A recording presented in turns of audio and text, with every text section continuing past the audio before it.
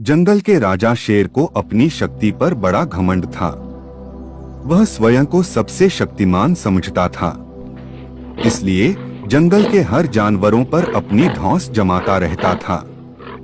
जंगल के जानवर भी क्या करते, अपने प्राण सबको प्रिय थे, इसलिए न चाहकर भी शेर के सामने नतमस्तक हो जाते। एक दिन दोपहर के समय शेर एक पेड़ के नीचे सो रहा था। वहीं एक मच्छर भिनभिना रहा था, जिससे शेर की नींद में खलल पड़ रहा था। वह एक मच्छर से बोला, ए मच्छर, देखता नहीं मैं सो रहा हूँ, भाग यहाँ से, नहीं तो मसल कर रख दूंगा। मच्छर बोला, क्षमा करें वनराज, मेरे कारण आपकी नींद में व्यवधान उत्पन्न हुआ, किंतु आप मुझे ये बात नम्रता से भी कह सकते हैं। आखिर मैं भी इस धरती का जीव हूँ। अच्छा, तो तू छोटा सा मच्छर मुझसे जुबान लड़ाएगा? और क्या गलत कहा मैंने?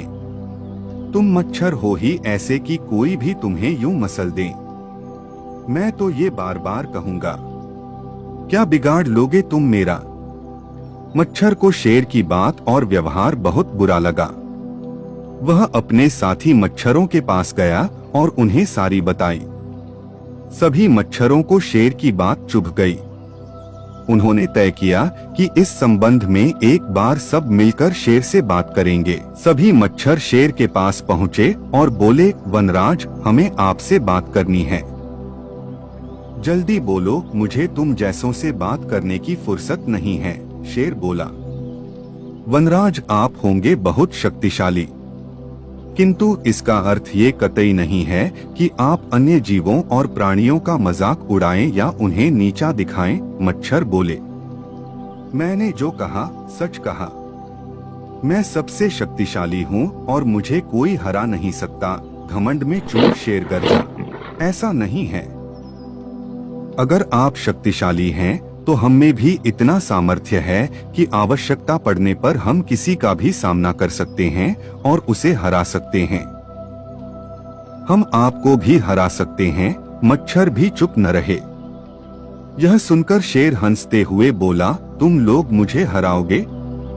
तुम लोगों की इतनी हिम्मत कि मेरे सामने आकर ये बात कहो। मेरी शक्ति का अंदाजा नहीं है तुम्हें, अन्यथा ऐसा कभी नहीं कहते। अभी भी समय है, भाग जाओ यहाँ से, नहीं तो कोई नहीं बचेगा। शेर के घमंड ने मच्छरों को क्रुद्ध कर दिया। उन्होंने ठान लिया कि इस शेर को मजा चखा कर ही रहेंगे। वे सारे एकजुट हुए और शेर पर टूट पड़े। वे जगह जगह उसे काटने लगे। वह दर्द से कराह उठा। इतने सारे मच्छरों का सामना करना उसके बस के बाहर हो गया। वह दर्द से चीखता हुआ वहां से भागा, लेकिन मच्छरों ने उसका पीछा नहीं छोड़ा। वह जहां भी जाता वे भी उसके पीछे जाते और उसे काटते। आखिरकार शेर को झुकना पड़ा। उसने हार मान ली। वह मच्छरों के सामने गिड़गिड़ाने लगा, मुझे बख्श दो, मुझसे गलती हो गई। जो मैंने तुम्हें तुच्छ समझकर तुम्हारा मजाक उड़ाया और तुमसे बुरा व्यवहार किया, आज तुमने मेरा घमंड तोड़ दिया है।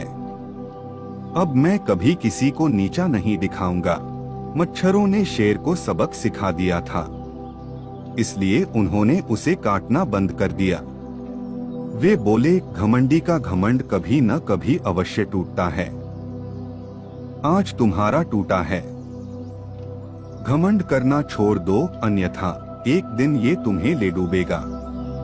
और कभी किसी प्राणी को नीचा मत समझो। हर किसी का अपना सामर्थ्य और शक्ति होती है। शेर तौबा करते हुए वहां से भाग गया। शिक्षा घमंडी का सिर नीचा।